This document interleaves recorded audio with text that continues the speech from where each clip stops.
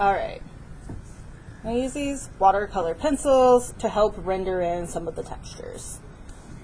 I am rendering in this table over here that is kind of built out of like chunks of like almost like reclaimed looking wood or like raw edge wood. This drawing is loosely based off of the client that has like the kind of industrial collected eclectic space. And so I was trying to keep things like masculine while keeping them warm and comfortable. And I just thought that this was like a cool, like natural element to bring into like an industrial space where it feels like these big chunks of wood could have been hanging out. So I am going to use these colored pencil to build up a lot of like this detail. And one thing I want to keep in mind is how I don't have to represent these blocks exactly, right? So I'm going to just kind of block in the biggest areas first. I already did some like little shadow stuff when I came in with my base colors. Also, I have this lamp right here on top, which is hard to see. I can grab the drawing so that you can see what I'm really talking about. And I want to keep in mind that anything outside of this little area is going to get more attention, and anything in here is going to be a little bit more blown out because of all the light. I like to keep these drawings set off to the side so that I can reference them as I go. All right, let's see. We'll have a little there. And one of the things I'm going to try to do is build up these rings and kind of those areas with my colored pencil. And I'm going to come in and use my little tiny brush to blend this all together. And I might even come in with a couple layers of wash that is not colored pencil or watercolor pencil, but is just the regular watercolor. But I can use this to get in all of those small details, especially if I keep this dry and sharpened. Let's really lay some in there. I have another color of brown here too that I will come in and lay in.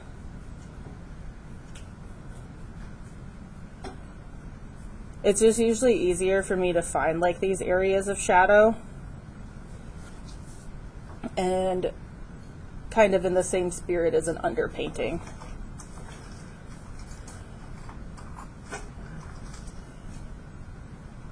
Once you wrap your mind around the idea of underpainting and doing all of that, it makes painting so much easier and less intimidating.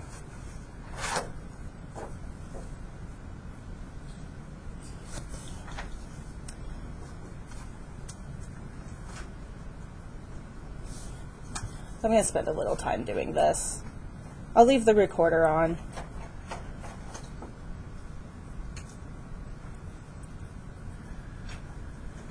I'm just following the lines that I'm seeing in my reference here, and I'm not using them exactly. I'm looking for like the types of lines that are on these things. It's not always going to be available for us to just draw what we see. I wish it was. That would make all of this so much easier. But that is part of our creative process, is learning to draw from just imagination. That's what they pay you the medium-sized bucks for. Or the small-sized bucks. Or any bucks.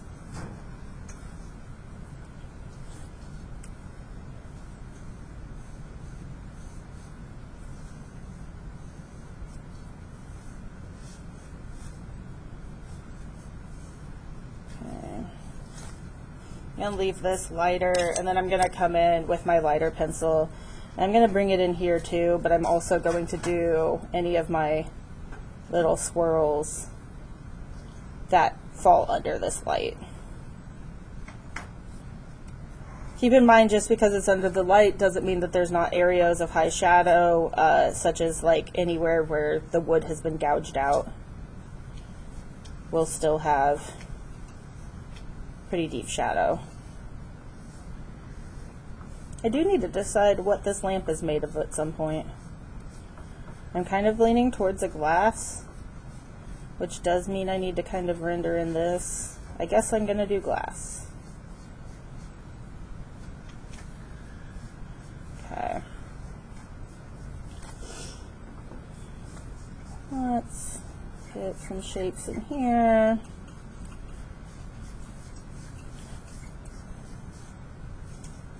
Okay. Maybe build up even a little bit more. I don't want to completely cover this surface though. I'm going to be using my brush here to pull that color around.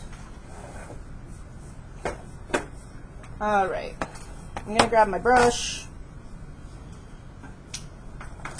It's going to be the smaller one. Sticking to the brushes that I have in here for everyone to use. Like I said, if you want a specialty brush, I have them right there. You're like welcome to borrow them. Try them out. I'm going to go to the darker areas first and kind of blend them, and then I'm going to come around the edges. And I'm going to echo some of these lines with like my excess pigment from the edges. Okay. It's some pretty small detail right here. I can get in.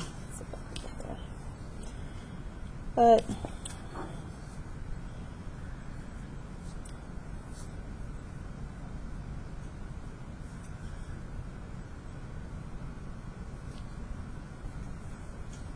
there we go. And notice how light this is. I'm still not building in a dark value. I'm gonna work my way up, because if I get all of this in at a nice lighter value, then I can come in with a couple washes to darken areas, leave the light, bada bing, bada boom. I have a table. Let's see. If this is glass, I still don't feel like I could see like very much of this through here. And I'm gonna tint it like blue or green.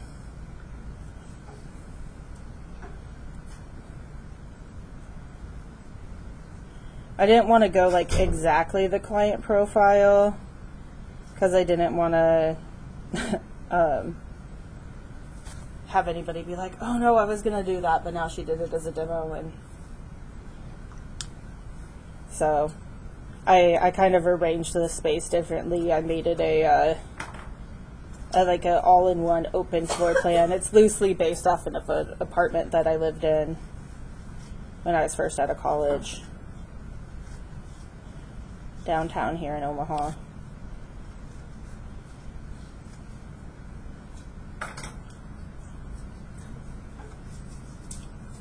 Nicest apartment I ever lived in. Very expensive though. Realized quickly that wasn't how I wanted to spend my money.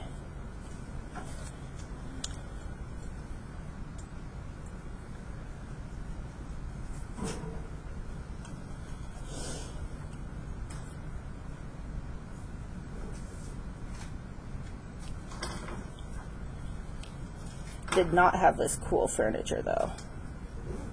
That would have been baller. People probably don't say baller anymore. Am I giving myself away as like an old, like, over here?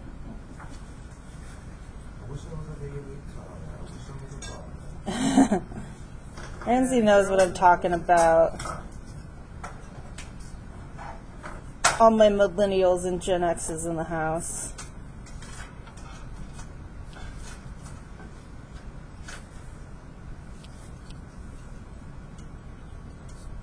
So if you've watched, there have just been areas where I've picked up some more of my colored pencil. I've come in with a little bit of a wash over here.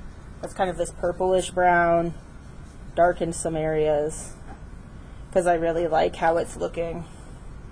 I really need to build up some darkness in this like area where the wood has just been like chucked out. Is that an automatopoeia that works?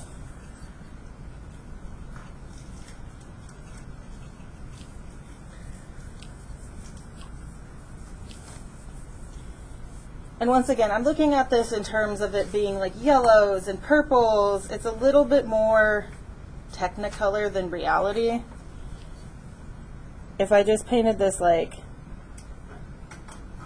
brown, I wouldn't build up any of these undertones that really sell the different colors and hues in this wood.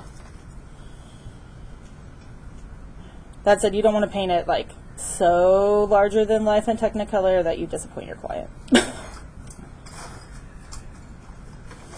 Because right now this is almost looking like, oh gosh, is it like purple heartwood? Which is like one of the most expensive woods in the world. But you know what? You didn't get budgets on these things. So maybe this dude just has a collection of purple heartwood that we can stack and build into a table. That's one thing I like about classes like this, where you're like not necessarily working on a budget, is you can be like, oh, if only I had all the money in the world, this is what I would put in this room. That's the fun thing about rendering. It doesn't have to be that realistic. And then you start working and people want you to stay within a budget. And that's important. But you can develop beautiful work for your portfolio.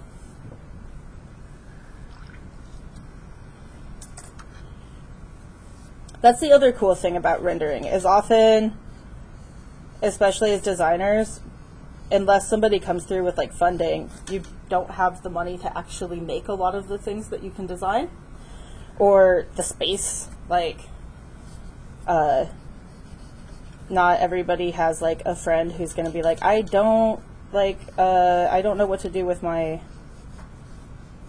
space, and I'll hire you. So coming in, yeah, that needs to dry so that I can put in more color pencil. So I've started building up all of this texture, and that's kind of my first layer. I am who I am, so I'm probably going to futz with it a little bit more and build in some darker areas along here. Would it be better to wait? Maybe? Am I going to? No. I would have to switch paintings.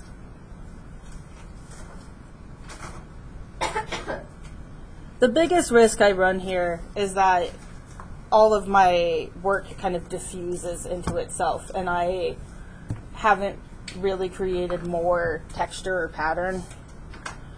Yeah, like back there, I'm not going to be able to add more texture yet. Alright, let's switch over to working on the couch for a bit. The couch, my reference image for that is in, where'd that go? In here.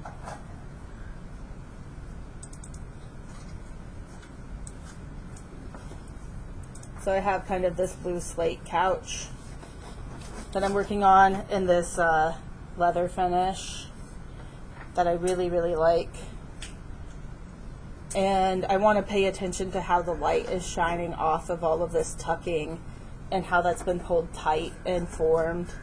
Leather folds a little bit different than fabric because it has a grain, and also because you can form it slightly. It has a bit of a stretch to it, especially if you get it wet and then form it. So let's work on the couch here. I've got this blue.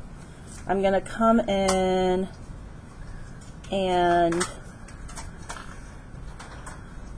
kind of get some of this like suede marks. It's like a leather, but there's like almost a little brushed suede type feel to it. It's like a little worn. And then this is a good time too to, if you have really straight lines, you can bring in a straight edge and use a watercolor pencil versus trying to use your regular watercolor to get a straight edge. The watercolor pencil can help you with that. I'm right now freehanding it.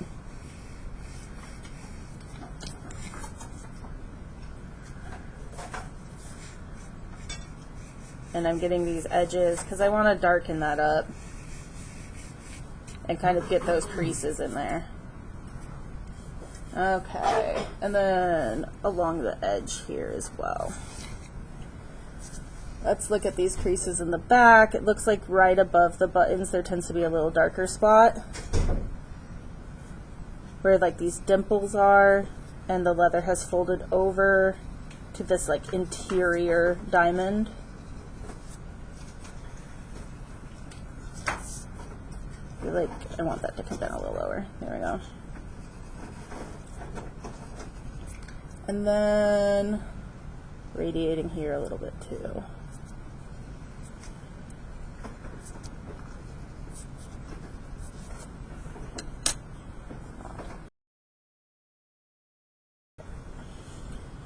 Alrighty, shading. And I'm just gonna kind of lightly hatch in some areas where I want to add a little bit more pigment.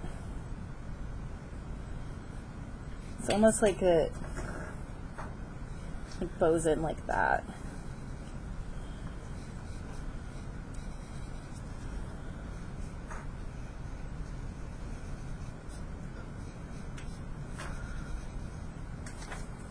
Let's see, anywhere else where I get kind of this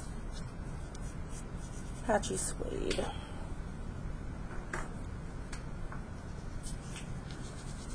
One thing I really wish that I had had time to do when I created this drawing was like figure out things that are like sitting on the shelves, dress it a little bit more.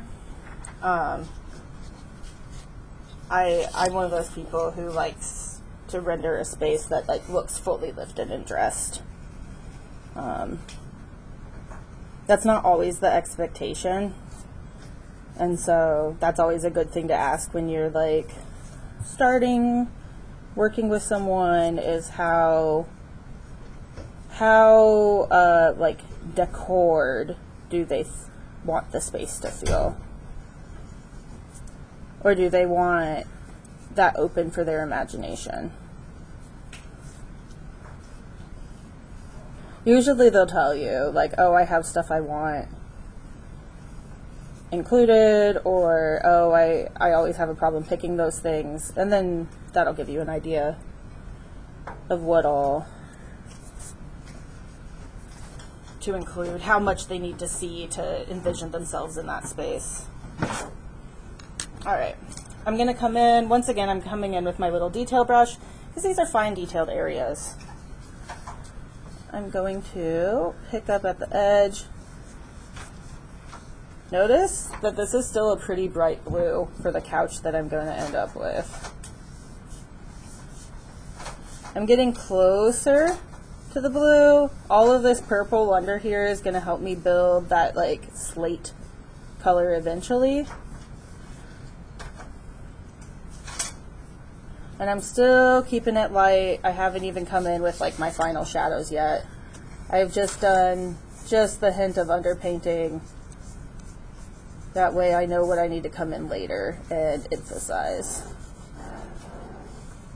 The underpainting, by the way, all guided by figuring out my light sources beforehand.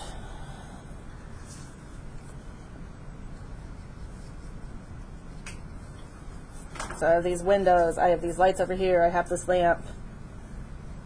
I would have liked to even add more lighting options, but I only have so much time to draw. Maybe I can still add one up in this shelving unit somewhere if I keep everything wide enough down here.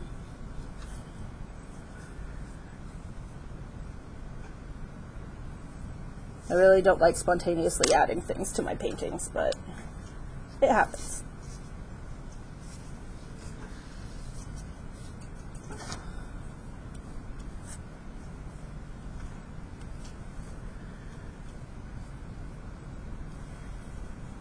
Keeping that nice and light.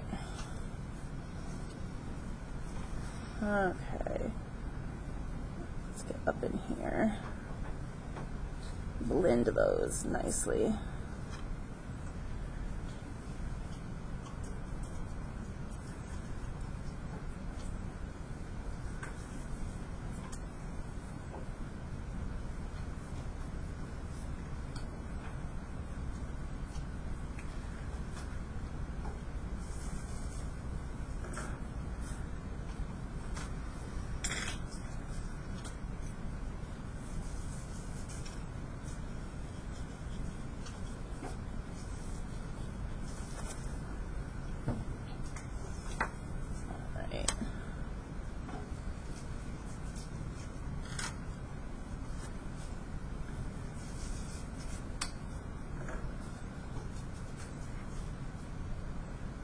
Once I do wet these layers, though, I want to make sure that they're blended in to be like a level I'm content with, because it won't be so easy to blend them later. There are some areas where I maybe could scrub and get a blend going, but I really want that blended effect on the first time that I get it wet.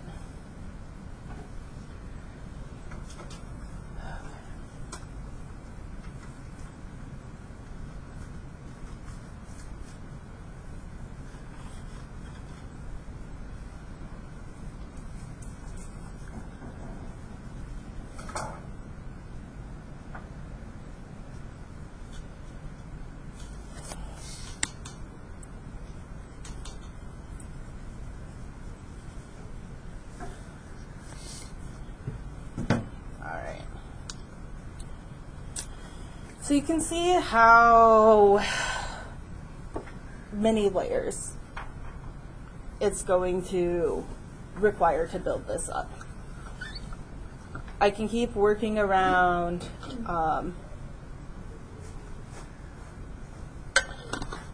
and just like every drawing, it's going to go through an ugly stage.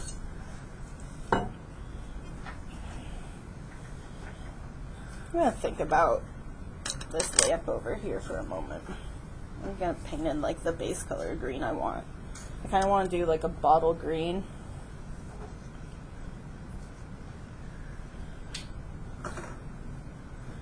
Kind of have like this idea that this space used to be like a factory or something, and now it's been converted into lofts.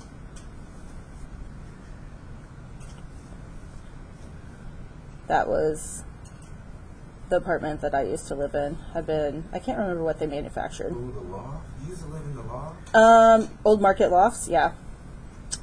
That's where I lived for a year. Yeah.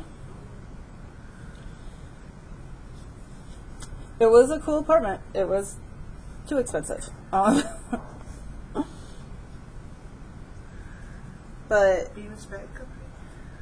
no, I don't think so. Oh no, that was Leavenworth House. Yeah. Right. I studied in the dreams.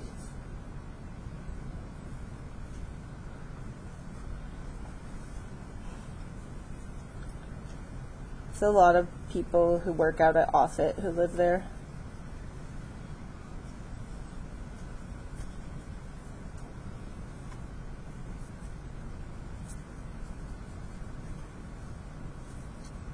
It's like the hot tub was always full of like Air Force guys and their girlfriends. Or some Air Force gals and their boyfriends. Typically.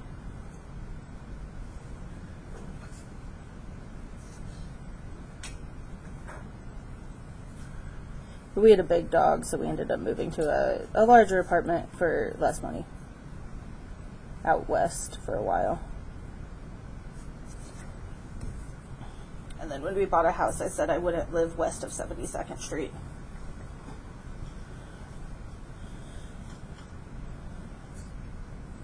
Because I was like, if we're going to live west of 72nd Street, I want to live in the country. And, like, have a farm. I'm an all or nothing person. I'm like, live in the city or don't. And instead, I just have chickens east of 72nd Street.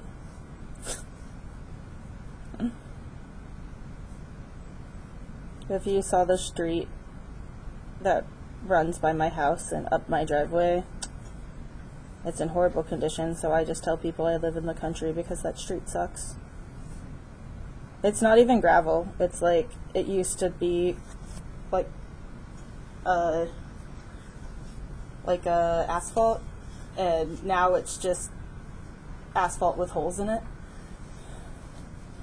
And random dirt and rocks that the city shoves in it every now and then.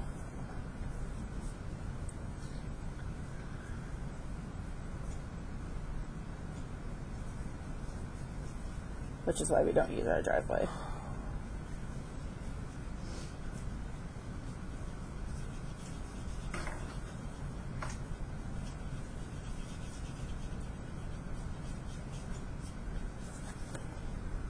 Okay, have those chairs back there now.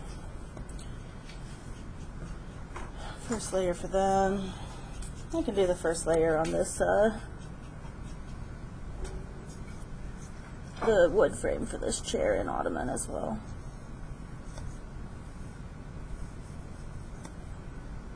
And then I can probably come in with more watercolor pencil on the block.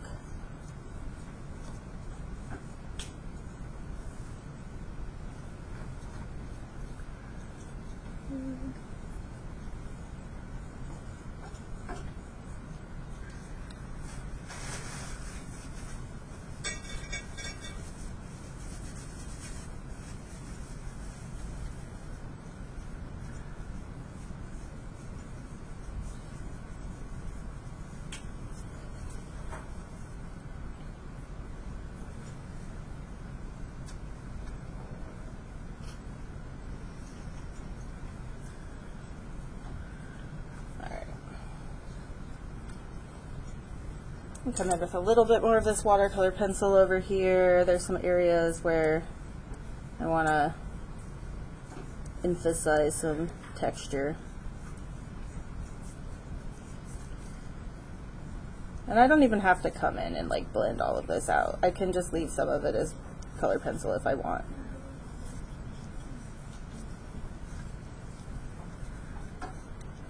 You can also use color pencils in your watercolor work.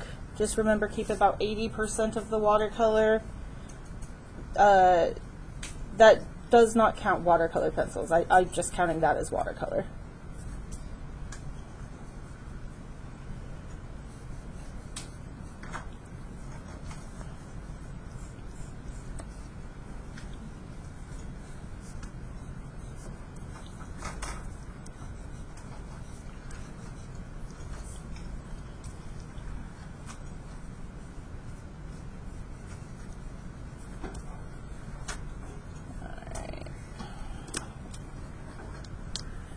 Bit of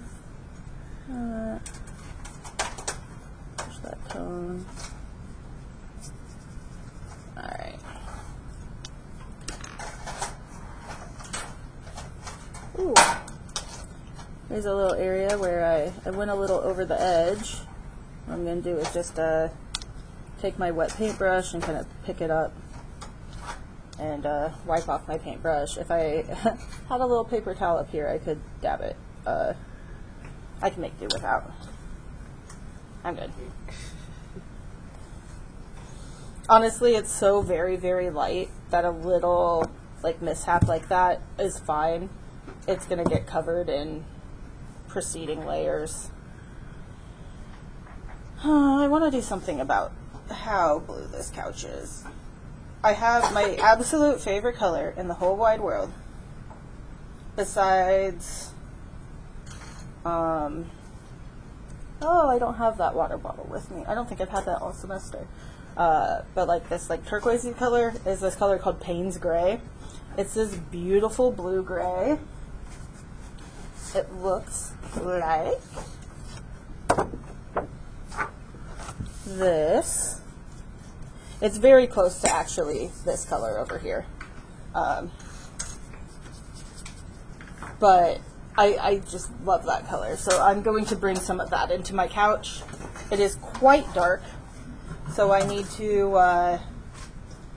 to be, one, watering it down, and two, applying it and then probably applying water next to it to thin it out.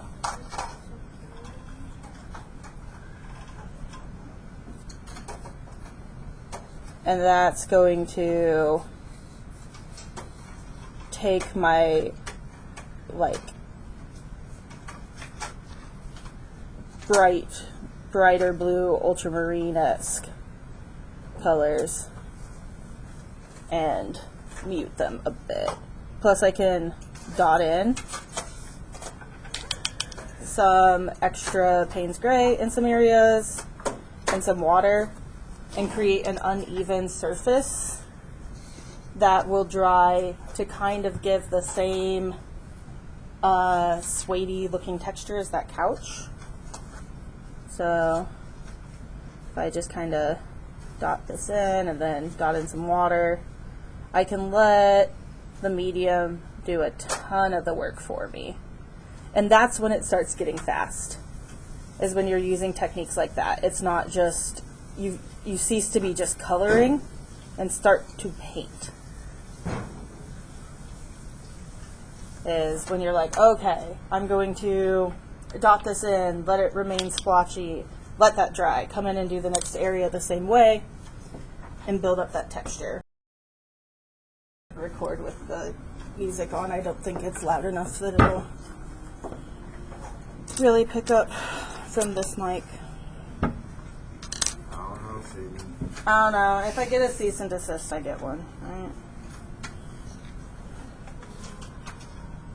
And then I'll cease and desist. I'll just edit out the sound.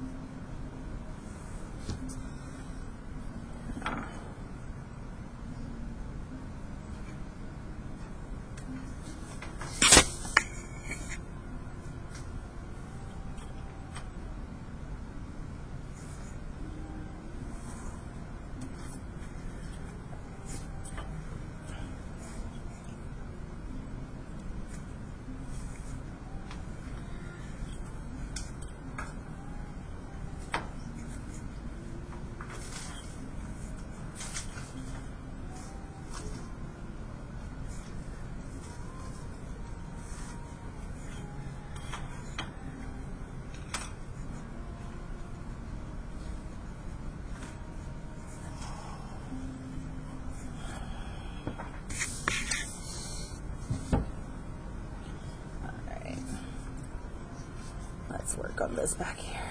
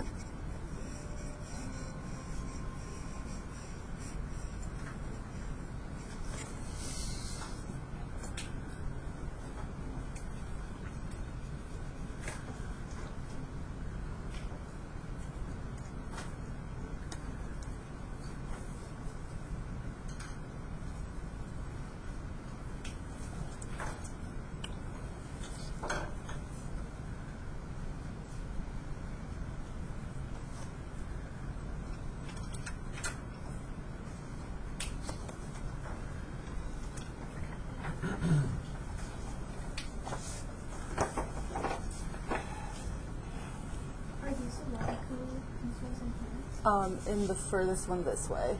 So the ones in the middle are water-soluble graphite.